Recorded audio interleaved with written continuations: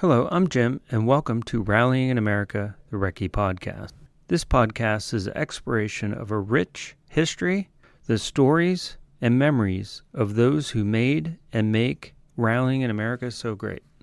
Enjoy the show.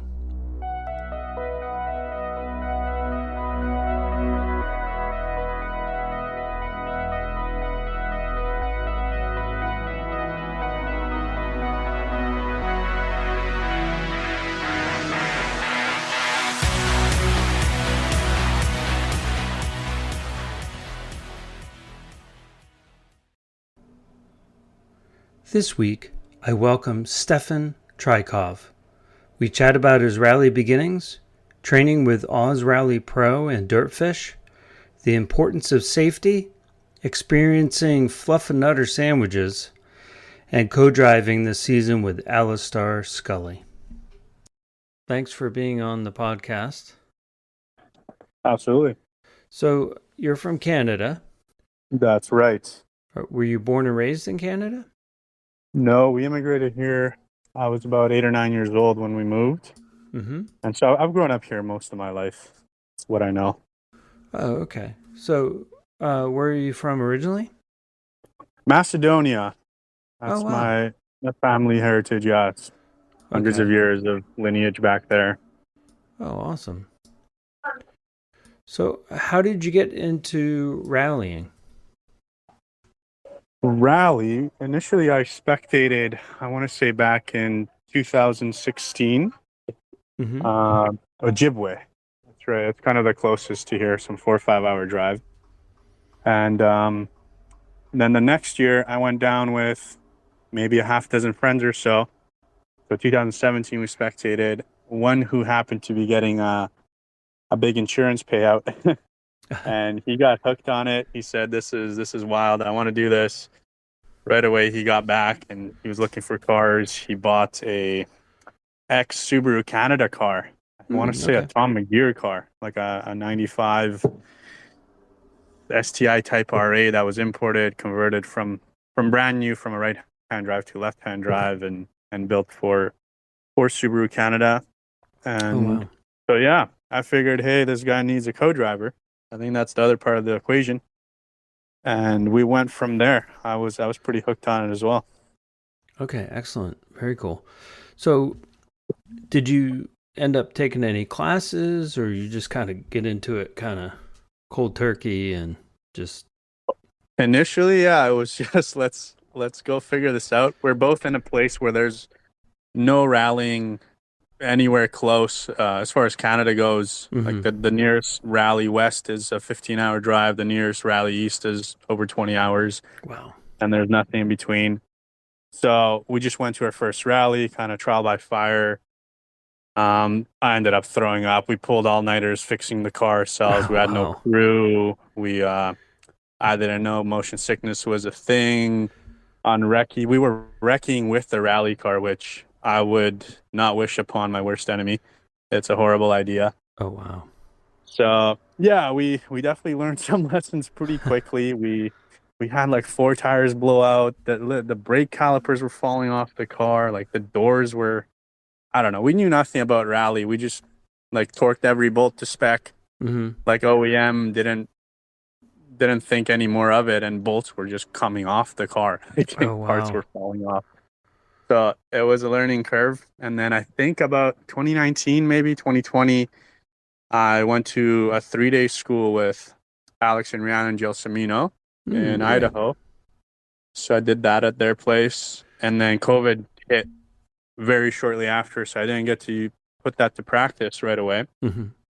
But I believe whenever I was able to get back out to rallies and cross the border again, I put that to good use, and then I went back there 2 or 3 more times, just kind of privately with some few different drivers, with them again, and at Dirtfish.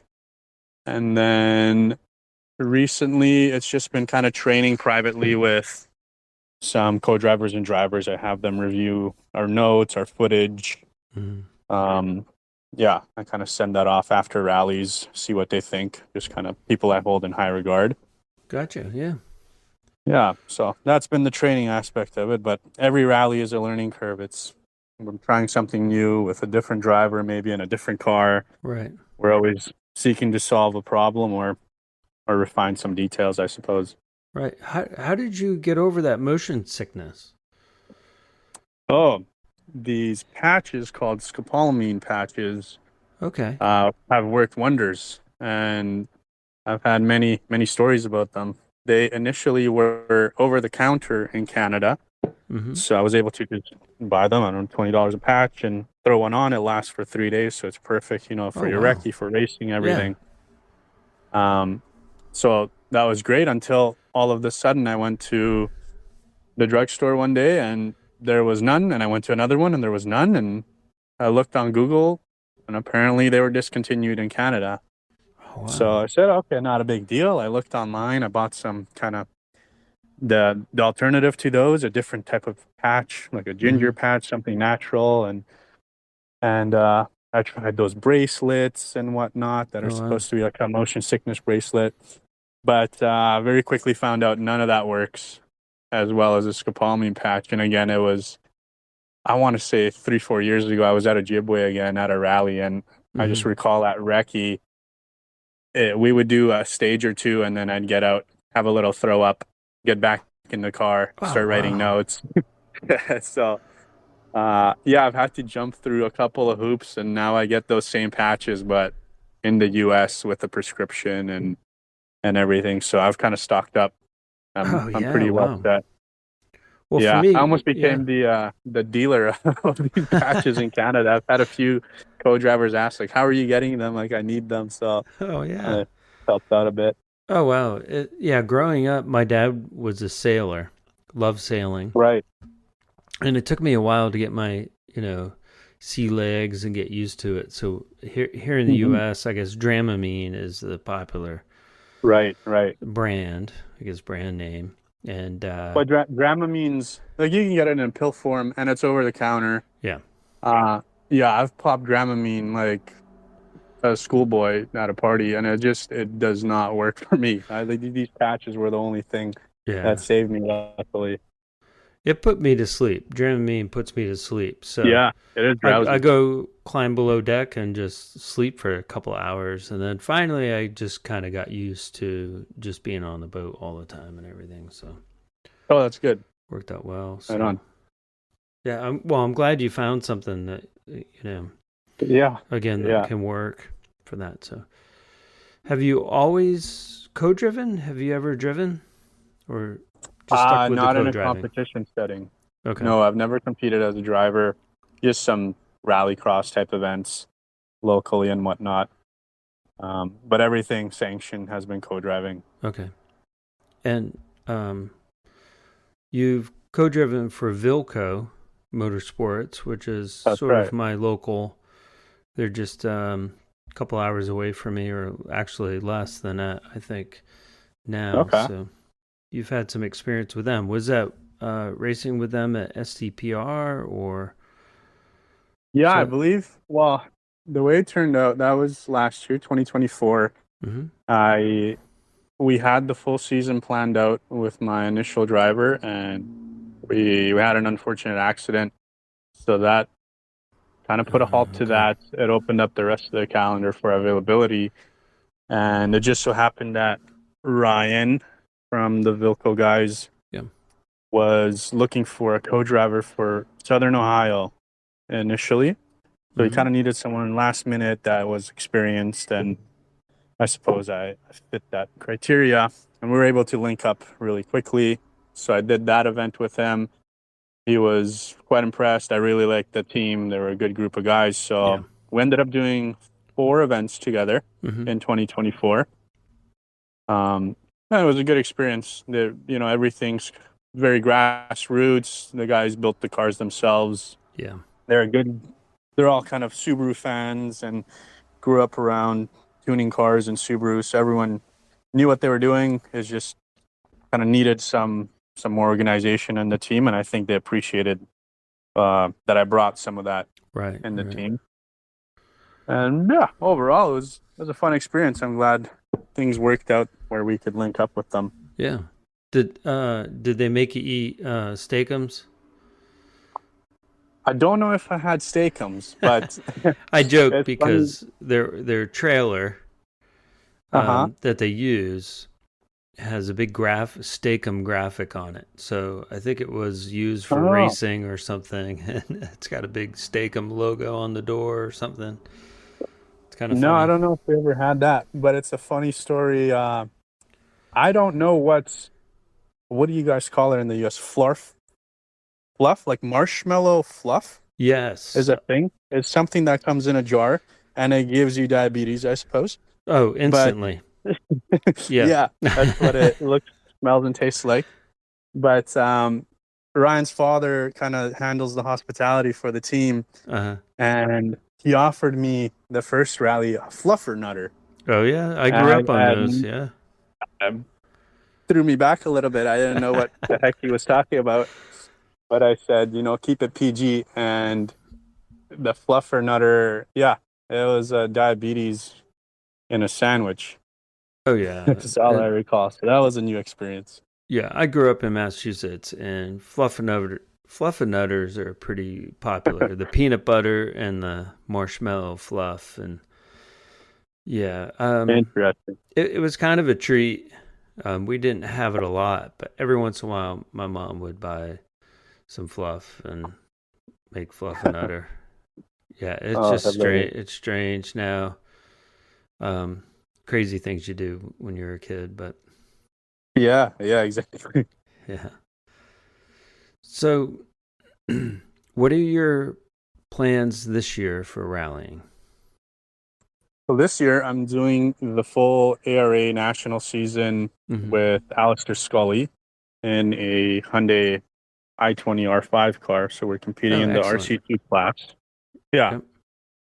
So Alistair wanted to do that for this whole season. The car was a little late coming in, so we missed doing snowdrift with that car. We were Mm-hmm. in another vehicle, but yeah, we're both kind of in a learning curve in that sense. First year together, first year in an R5 car, so we're figuring some things out. Alistair's fairly new to rally as well. I think maybe only been rallying for about 2 years, a dozen Okay. events or so. Um, he's been smart enough to hire some good coaching early on with Alex Gelsomino and having him co-drive. Oh, So awesome. he's got a good footing. We just have to refine some stuff and then work on pace. Again, it's just a big step for, I suppose, for both of us. I mean, I have been at pace before, but Mm-hmm. uh, Alex is coming out of a limited two-wheel drive car, so it's quite of a quite a big step and different. Okay. Did you have to? Was the car imported? Yeah, So the car where was the car came. imported from? Just curious. I believe it came out of Poland. It wasn't a brand new car, so it had been used in Europe previously, Mm-hmm. and so it was imported from Poland. And there's always some hurdles to jump through, as far as I know. And it's not the easiest process with the shipping and the importation.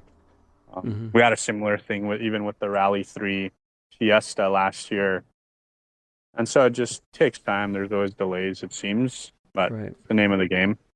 Mm-hmm. Very neat.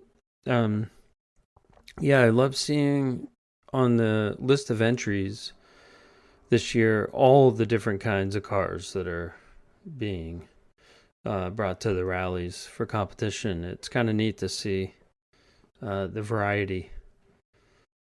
It is. Anything from like your car that you mentioned to a Volkswagen Beetle to who knows Yeah. what will be at Olympus. I'll have to look at the list again and see what's going to be at Olympus, Olympus. like the West Coast rallies get some interesting entries as well. Sometimes I look up and down the entry field at Oregon and Olympus, and they'll be, have some like a BMW 2002 and Volvo Mm-hmm. 240s, some Datsuns, maybe an old 911 Carrera or something.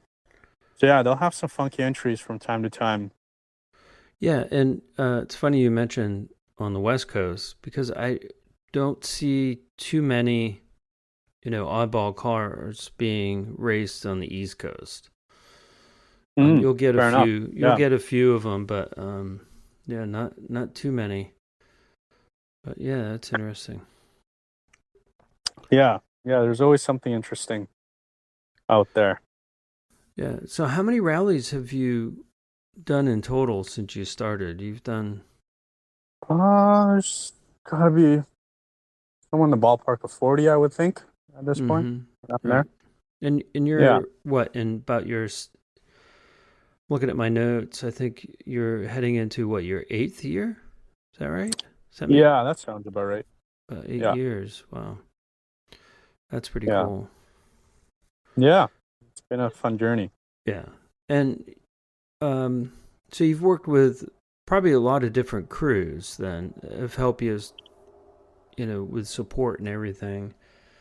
Correct. Um, anything fun happen or anything bad happen that really stands out? I try to keep things positive, but I know sometimes, Yeah. with racing, it doesn't always go that great. And I know that when we talked months ago, you had a Hmm. bad roll, I believe, at Yeah. Olympus. And I just spoke with a Michael Hahn, who at Olympus also had a bad tumble. Do you care to talk about that, or is that something you kind of want to? Yeah. I'll correct you slightly first. Our role was at Oregon Mm-hmm. last year. Oh, Um, Oregon. Okay. Thought. Interesting, I'm kind of it's almost been a year and I've been kind of having flashbacks about that time of last year because we went Mm-hmm. from what was one of the biggest highs I've ever had to quite a bit of a low with the crash. At Olympus last year, we were second overall after a very big battle with um, not only our closest competitors with Javier and KJ Mm-hmm. in an exactly the same car, but also we kind of had to battle some other problems because our car was broken, and so there was a lot of thinking to do, a lot of problems to sort out very quickly, and Mm-hmm. all hands on deck from the team was just a good experience where everyone came together. Our car at Olympus, if I can start there, Yeah. we went to Olympus, we were testing, and our car started overheating. It was running fine, and after 3-4 miles of going hot on stage, it would start overheating slightly, and then we'd cool off a little bit. Like we'd just back off the power, and the car Mm-hmm. would go back down in temperature. And we Got didn't it. know what was going on. It was very slight, so we thought, okay, we don't want to risk the motor. But it was testing, and the next day is recce, and the next day is racing, and we we were planning to be in a tight battle with the other Rally 3 with Javier and KJ. So Mm-hmm. we wanted to kind of give it our all. And our options, we started exploring options from getting parts to fix a head gasket locally from, I think it was parts from like a 1.5 liter Ford Bronco. Oh yeah. Wow. So we were going to send guys to a dealership to grab those a few hours away. Mm-hmm. At the same time, I was making a call up in Canada actually to some friends that were coming down to crew and to co-drive for Jason Bailey, Okay. who also runs a Rally 3. Or I suppose they were coming down with another team, but they were coming from that area, Right. and they had a brand new engine sitting in the shop. And so, on this side of the Okay. pond, that's pretty rare to find. Yeah. So they put that in their truck like within the hour. They started driving, and then they got turned down at the border because they had to do all this NAFTA paperwork for importation and duties and Oh who knows what. And no. that was before all these tariffs. Right. So Oh yeah. We won't get into that. no, we won't. But yeah, so they got turned away, and then we didn't end up going the head gasket route. But our guys had the whole front end of the car off. They were ready to pull everything out. Like the engine was ready to come out. Someone loaned us their shop that night. Mm-hmm. So the alternative was our very generous competitors, Javier, gave us his spare car, which was sitting in a shop an Oh hour wow. away. It just happened to be really close. It was the exact same car that we had, a Fiesta Rally 3. It just hadn't been prepped since the last time it was used. So we Oh, did some okay. quick reprep on it. And so that's what we ended up using for the rally. We literally had the exact same cars. They were both white. Like I couldn't even tell them apart in videos and Oh, pictures. yeah. So it was fun. No one could say anything about the cars being different or anything. They might even had the same setup because we just used whatever they had left off at, and we were just trading seconds every stage. So it was something else that really got me going and trying to search for that battle again that the past year. Just trading seconds every single stage. Very cool. So we came off winning that rally after Mm-hmm. trailing behind the first day. So we won our class, second overall. It was up there. And then the Nice. next rally at Oregon, we were again going back and forth, I think, a little bit, and we came upon an SOS, which kind of like doesn't show the times quite right. I was going to put an inquiry, but all of that got Mm-hmm. cut short at the end of that first day in Oregon when we have a massive tumble and Wow. the car was written off. So it was quite sad. That car only got to see, I think, 3 days of actual rallying Okay. on stages, being a brand new car. But fortunately enough, both Nick Allen and I were, you know, with proper gear, with the proper car. The crew made sure everything is up to snuff. So it couldn't have happened in my eyes uh, in a better car and in a better circumstance. I Mm-hmm. mean, we were just kind of in the plains of Oregon there, where there's no trees or anything. We were just tumbling and tumbling in a big field. Wow. Um, oh yeah, we did go off at a significant speed, like at the top of top gear, is what it was going Wow. across the finish line.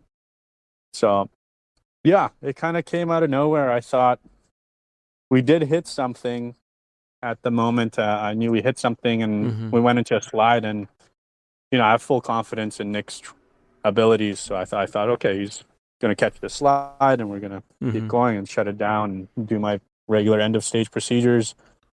Um, Next thing I know, we're upside down, tumbling in the air, a few spins at a time and crash, and a few more spins and crash. Wow. We're kind of all over the place.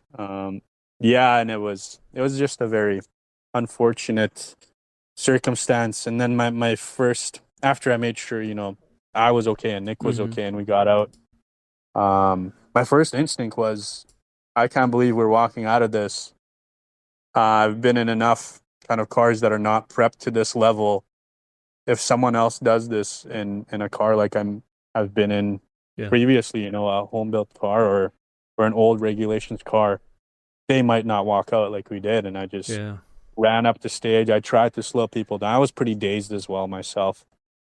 Can I don't know. I might imagine. have looked like I was cheering people on, but yeah, everyone that kind of came through and had a moment there, I would pucker up and just pray that they didn't end up in the field with our car.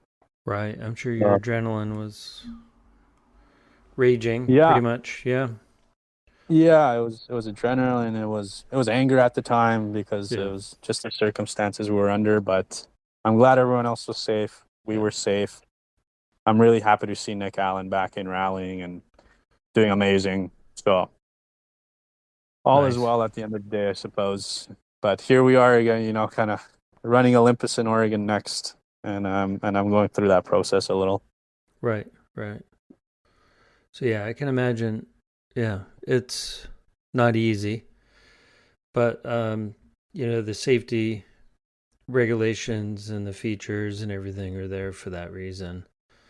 So Yeah, it's yeah, and it does need guidance and regulation and so on. So yeah, you yeah. it's something I've had extensive talks with many people about over the last year. I suppose I'm opened up my eyes a little bit. Some cars, the lack of prep or maybe the lack of care from the organization standpoint, but Mm-hmm. there's so many factors at play from budgets and feasibility of things that I understand it's hard to make everything completely safe. At the Yeah. end of the day, if we want to be 100% safe, we'd be racing 60-ton tanks. Right. I get If it. we want Yeah. to account for everything.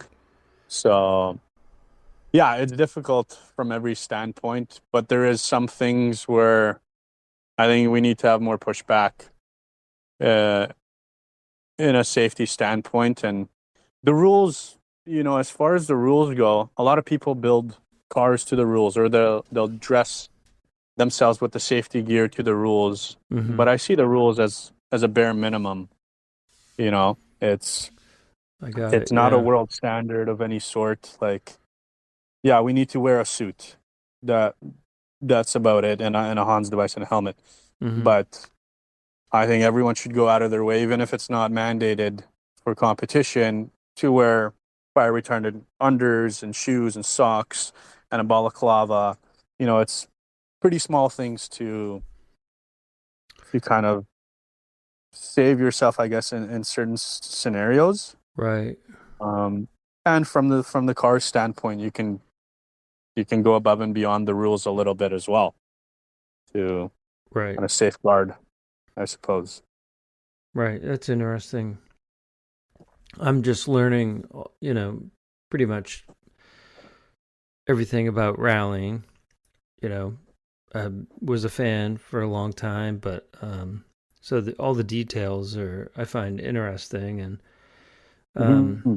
as you talk about that, um, that's why they have log books and everything else. You're documenting that build, Mm-hmm. and you've got to, yeah. It's. I'm glad everything worked out well from that crash, and you're back rallying again. Mm-hmm. That's something else. So, yeah, pretty Yeah. amazing. No, I got back in a car maybe 2 weeks after that. I Mm-hmm. knew if I didn't get back into co-driving right away, it would have a detrimental effect. So I made sure I got back into a car and kind of kept going. Yeah, pretty wild. So, yeah, Mm-hmm. excuse me. So, I really wish you the best in the future upcoming races, and sounds Appreciate like it. you're having a lot of fun and you're really Thank enjoying you. it. Absolutely. Yeah. So, and we should circle around, see how your season went. I'm going to try to come back to and touch base with everyone that I've had on the podcast. Maybe do some little, just short interviews towards the end of the year, and just kind of do a recap with everyone, see how they're doing, and see how their Yeah. season went. And No, that's so, interesting. Yeah. yeah, it'll be a lot of fun, I think. And hopefully I can get out to some of those West Coast rallies, as well as some in the Mm-hmm. Midwest. So I think it'd be a lot of fun. So Yeah, um, the West Coast is beautiful. It's pretty. yeah, I've Just been. stunning. Sometimes we stop on Recce and I just look around. What a wonderful place to be. Oh yeah, enjoy the sights and that. So speaking of which, when you do travel, I know I'm sure your time is limited when you're traveling, but are there any fun things that you do when you're traveling? Seek certain places out for, like, you know, sightseeing, as you mentioned, or food or anything like that? Or As is it pretty far as much business?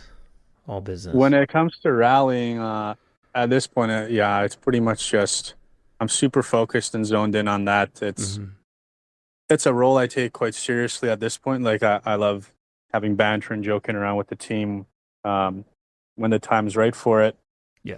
But I take it quite seriously. There are certain expectations of the team and of my driver that I would like to meet, and of myself. I kind of hold it to a high standard. So yeah, I don't think I don't let my eyes kind of follow any shiny object syndrome when I'm rallying. It's just rallying. If it comes Right. down to food, it's what is available and what is healthy. I know if we eat the, for lack of a better term, American food, it's just like it's not good. for the system I get it. when it Yeah. comes to performing. Yeah. So I try to eat clean. Um, that's something actually really big I learned last year, mostly with Nick Allen's team, I suppose. Uh-huh. And I appreciate it. Yeah.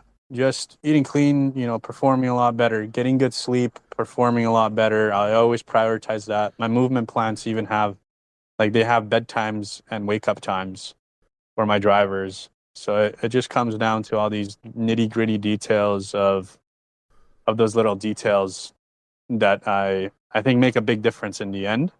Right. But I'm fairly zoned in. Even something like a delayed flight or a canceled flight, which often happens to be the case because Okay. it takes 2-3 flights each way, uh, is not ideal. But I'm used to it at this point with how often it happens.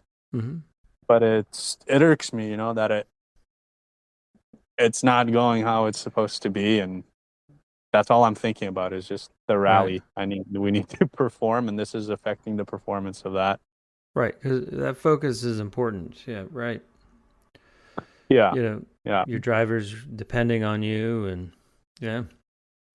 yeah. And there's different drivers and different circumstances, different teams. I mean, the team we're with this year with the Revo guys definitely is more of a fun experience. Like they love kind of keeping things light and jovial and Mm-hmm.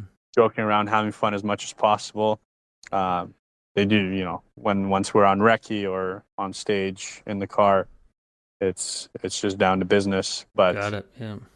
it's very loose, I guess, in many ways. And I think anyone that knows Alastair Scully, for example, he's just full of jokes, always messing about.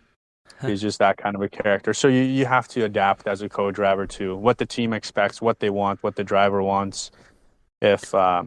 If they're looking for kind of a light experience, or Right.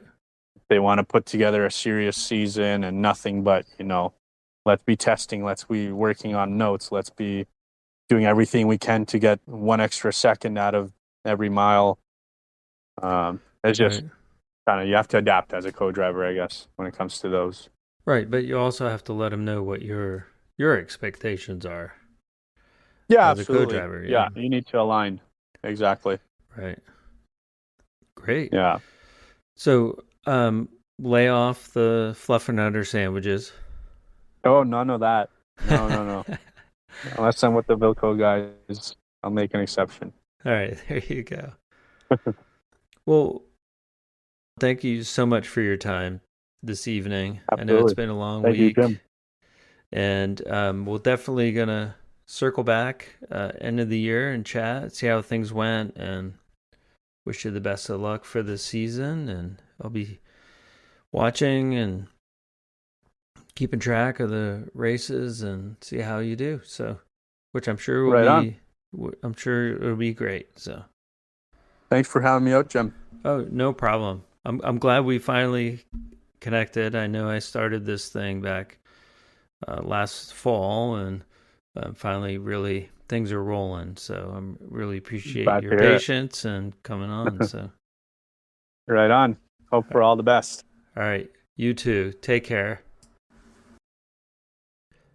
If you'd like to be on the podcast, you can email me, jim@jimboothdesigns.com, or message me through Facebook at Rallying in America, the Recce Podcast, or Instagram, rallying_in_America. Special thanks to our sponsor for this episode, Brady Instruments, pro-grade, handmade, professional fuel hydrometers. Visit BradyInstruments.com for all of your fuel testing needs. And remember, don't be a fool. Check your fuel. Thanks to Toontank and the artist Nuclear Wave and their song In Drive for the podcast theme music.